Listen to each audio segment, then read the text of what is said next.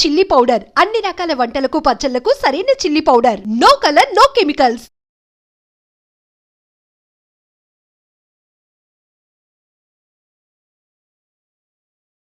నమస్కారం, welcome to I dream. ధర్మ మార్గం విత్ విజిత కార్యక్రమానికి స్వాగతం. ప్రస్తుతం మనతో పాటు ఉన్నారు ప్రముఖ జ్యోతిష్య వాస్తు పండితులు, లలిత ఉపాసకులు శ్రీ శ్రీ శ్రీ నానాజీ పట్నాయక్ గారు. ఇప్పుడు గురుగారితో మాట్లాడి మరిన్ని విషయాలు తెలుసుకుందాం. నమస్కారం గురుగారు. శ్రీమాత్రే నమః. గురుగారు, వినాయక చవితి రోజున మనం ఏ రోజున జరుపుకోవాలా? పండుగ అంతా కూడా పూజ ఏ రకంగా చేయాలి? వినాయకుడిని ఆరాధించాలంటే ఖచ్చితంగా పత్రి 21 రకాలవి ఉండాల్సిందే అంటారు. మరి ఇప్పుడు ప్రస్తుతం మనం మార్కెట్కి వెళ్ళి డబ్బులు ఇస్తే వాళ్ళు ఏవేవో అన్ని ఒక ఆకులో మలిచేసి ఇస్తూ ఉంటారు. అవి నిజంగా 21 పత్రి ఖచ్చితంగా అవి వినాయకుడికి పూజ చేయాల్సిన పత్రేనా? అసలు ఏంటి వివరణ అంతా కూడా ఇవ్వండి.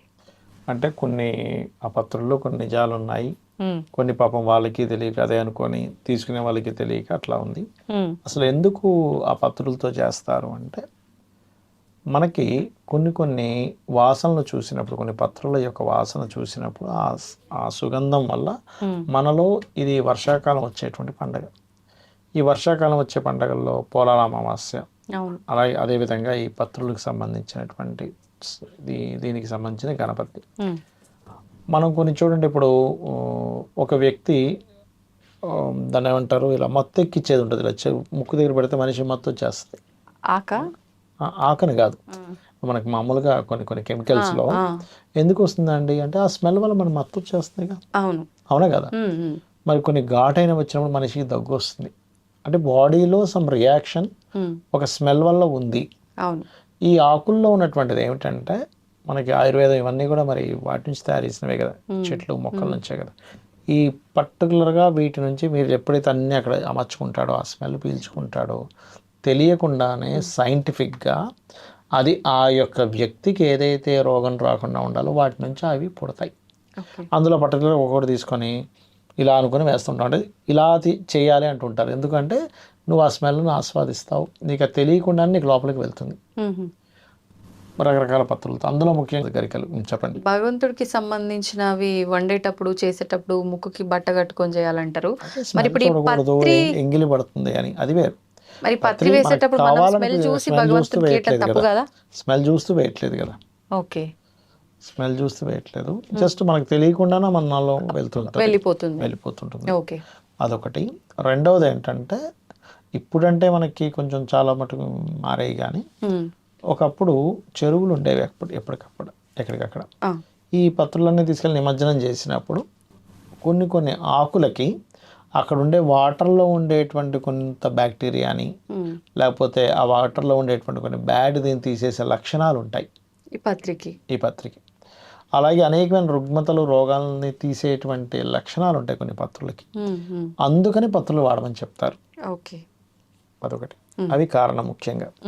అలాగే ఉదయం నిద్ర లేచిన వెంటనే ఆ రోజు చక్కగా మీరు ముందు రోజు తెచ్చుకున్నా, అదే రోజు ఉదయం వెళ్ళి తెచ్చుకున్నా సరే, గణపతిని తెచ్చుకొని పూజ చేసుకొని, ఈసారి మనకి 27వ తేదీ వస్తుంది కదా, 27వ తేదీ వచ్చి 7వ తేదీ గ్రహణం వస్తుంది. అందుకని చాలామంది కూడా ఈసారి ఎలా ప్లాన్ చేసుకున్నారు అంటే, గ్రహణం ముందే మనం నిమజ్జనం చేసేద్దాము. ఎందుకు అంటే మరి ఎన్ని రోజులు అవుతుందండి? అప్పటికి 10 రోజులు అవుతుంది. కరెక్ట్. 7వ తేదీ గ్రహణం, 27వ తేదీ 10 to 11 days సంథింగ్ వస్తుంది.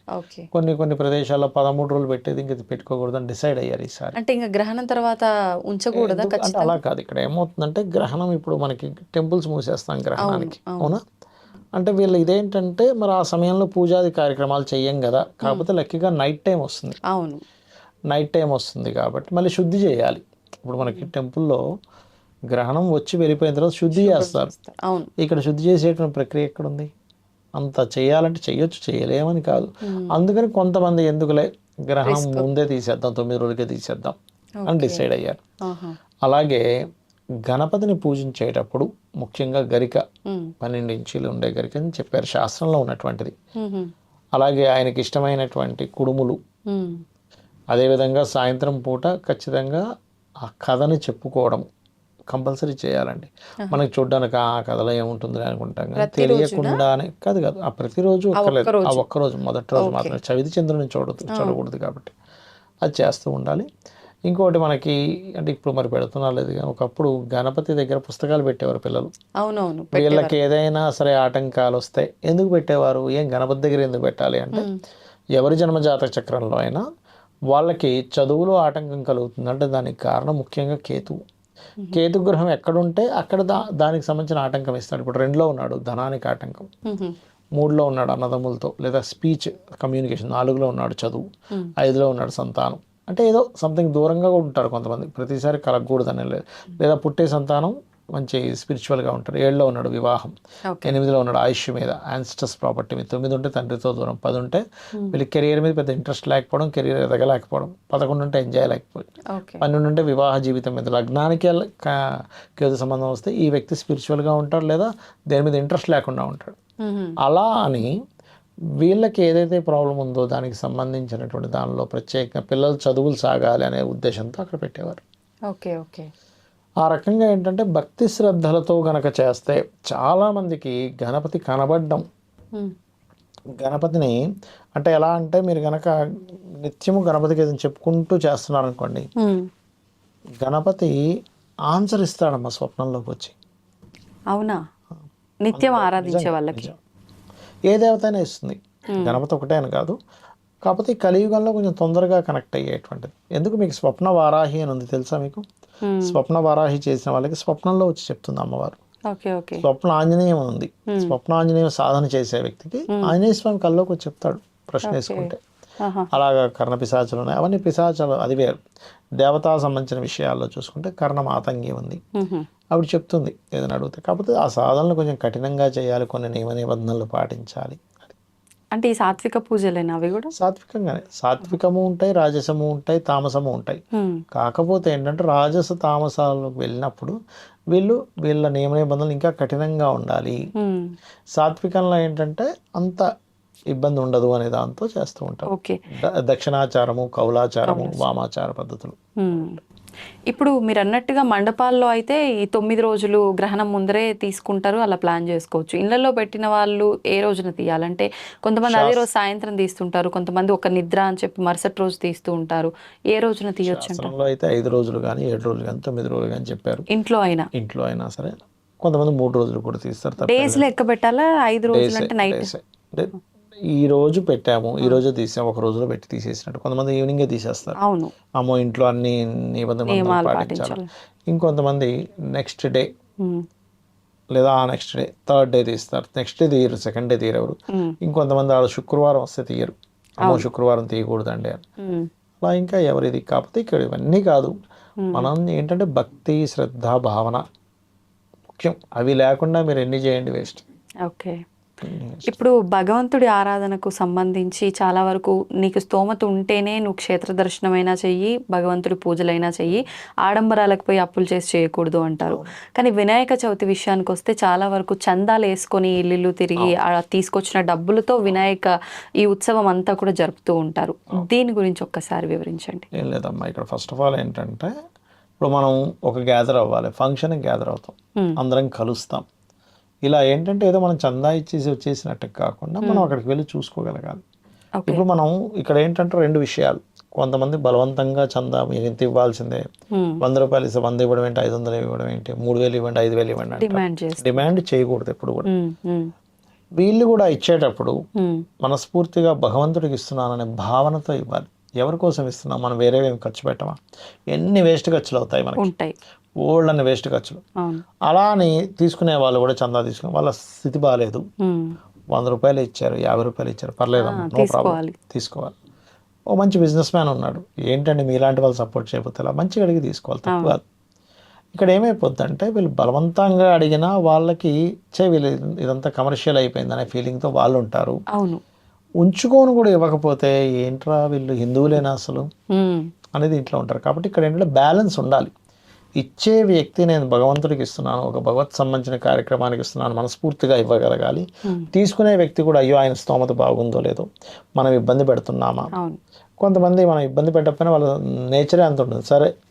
ఎందుకంటే ఇక్కడ మీరు మనస్ఫూర్తిగా ఇచ్చినప్పుడు దాని ఫలితం కూడా ఉంటుంది.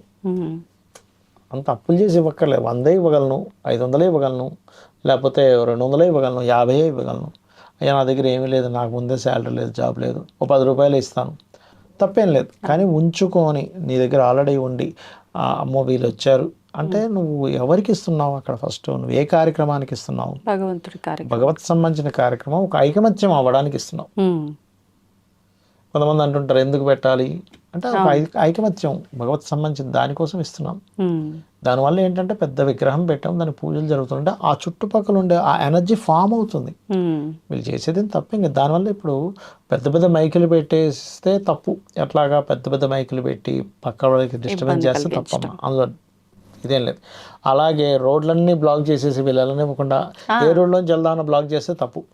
ఇక్కడ కొన్ని తప్పిదాలు కూడా ఉన్నాయి. ఎక్కువ బ్లాకింగ్ చేయకూడదు. ఆ 4 రోడ్ల వాళ్ళు మాట్లాడుకోవాలి. మనం ఇక్కడిక్కడే బ్లాక్ చేసుకుంటే మిగతా రోడ్లోంచి వెళ్ళిపోతాడు. సో మనం ఇట్లా ప్లాన్ చేసుకున్నాం. ఇష్టం వచ్చిన రోడ్ బ్లాక్ చేయడం, అసలు వాడి ఇంటికి వెళ్ళడానికి రూట్ లేకుండా కూడా చేయకూడదు. అవతల వ్యక్తిని బలవంతంగా తీసుకోకూడదు. ఇష్టపూర్తిగా మంచిగా చెప్పగలగాలి. ఒకవేళ ఇవ్వడు కొంతమంది, సార్ మన దీనికోసం చేయకపోతే ఎవరి కోసం పాటు పడతాను, మంచిగా చెప్పాలి. నేను చందా వసూలు చేయడం తప్పుగా పట్టట్లే, కానీ బలవంతంగా ఆ వ్యక్తి ఇవ్వనన్నా సరే ఇబ్బంది పెట్టి తీసుకోకూడదు. నేను మా ఇంటి దగ్గర ఒక దగ్గర ఇట్లాగే ఒక ఆయన ఏంటో సార్ ఈ మధ్య అంతా ఇట్లా తయారవుతున్నా, ఒకటే చెప్పాను ఆయన, అట్లా కాదండి మీరు పని చేయండి, ఇది నువ్వు ఇప్పించు, విగ్రహానికి మీ 4 కలిగి ఇప్పించేసేయండి, ఈ పూజారికి మీ 4 కలిసి చేసేసేయండి, నిమజ్జనం రోజు బండికి మీ 4 చేసేసుకోండి, అట్లా ఒక ఫామ్ అవ్వండి. ఇది బెటర్ కదా, బెటర్. అవును, అప్పుడు ఏమవుతుంది, వాడికి సంతృప్తి ఉంటుంది. అవును, అబ్బా నేనే ఈ పూజారికి అంటే ఇక్కడ ఏమవుతుంది అంటే ఎవరో ఏదో తినేస్తున్నారు, ఇంతమంది దగ్గర వసూలు చేసుకుని వీళ్ళు తినేస్తున్నారు అనే భావనతో దేవుడికి ఇవ్వకూడదని కాదు, చందా ఇచ్చే వ్యక్తికి కూడా ఇది ఎక్కడో దుర్వినియోగం జరుగుతుంది. వీళ్ళు గనక క్లియర్గా ఆ కమిటీ వాళ్ళు ఎవరైతే చేస్తారో ఇంత వసూలైంది, దీనికింత అని అందరికీ చూపిస్తే ఎవరికి అలాంటి అనుమానం రాదు. ఇక్కడ లెక్కలు చూపించకపోవడం వల్ల, దౌర్జన్యంగా ఇచ్చేయడం వల్ల, అదేదో ఒక రకమైనటువంటి దీంట్లోకి వెళ్ళడం వల్లే ప్రాబ్లం వస్తుంది. అంటే నిజంగా మీరు అన్నది వాస్తవం. అది తీసుకొని నిజంగా భగవంతుడి పూజకు వాటికే ఉపయోగించారా, వీళ్ళు తినేసారా అన్న ధోరణిలోకి వెళ్ళిపోతున్నారు చాలా మంది. ఇప్పుడు చందా ఒక 500 ఇవ్వంటే వాడికి మనసొప్పదు, కానీ అన్నదానం చేస్తున్నాము నేను ఇస్తావా అంటే వెంటనే 2000 రూపాయలు బియ్యం వేపిస్తాడు అక్కడ. అవును, మరి అక్కడ 500 ఖర్చు పెట్టిన వ్యక్తి 2000 రూపాయలు బియ్యం ఎట్లా అయిపోతున్నాడు, వాడికి మన సంతృప్తి, ఇది అందరూ తింటారులే. అవును, అంటే నేను చేసేది పర్ఫెక్ట్గా వెళ్తుందని ఎప్పుడైతే అనిపిస్తుందో ఖచ్చితంగా ఇచ్చేస్తారు. అవును, అది చేయగలగాలంటున్నాను నేను. కరెక్టే అండి. ఇప్పుడు నిమజ్జనం విషయానికి వస్తే ఇందాక ఆల్రెడీ మనం మాట్లాడుకున్నాము, కానీ చాలా మంది ఇళ్లలో వినాయకుని పెట్టిన వాళ్ళు ఇంట్లోనే నిమజ్జనం చేస్తూ ఉంటారు, కొంతమంది వినాయకుడి దగ్గర పెట్టేసి వస్తూ ఉంటారు. ఎలా చేసినా కరెక్టేనా? ఎలాగైనా చేయొచ్చు. కాకపోతే ఏంటంటే ఎందుకు ఈ మధ్య జరుగుతుంది అంటే అక్కడ వాటర్ బాగోట్లేదు, తీసుకెళ్ళి అక్కడ వేయడం ఏంటి అనే భావంతో ఇంట్లోనే చక్కగా మేము అలాగే చేస్తాం. ఇంట్లో బకెట్లో చక్కగా టబ్లో వాటర్ వేస్తాం, గణపతిని ధ్యానం చేసుకుంటాం, వేస్తాం, కొంతసేపటికి అలా కరిగిపోతుంది, అది తీసుకెళ్ళి మొక్కల్లో వేసేస్తాం. తప్పేం లేదు, మీరు నిమజ్జనం చేయడం ముఖ్యం అక్కడ. ధన్యవాదాలండి. శ్రీమాత్రే నమః.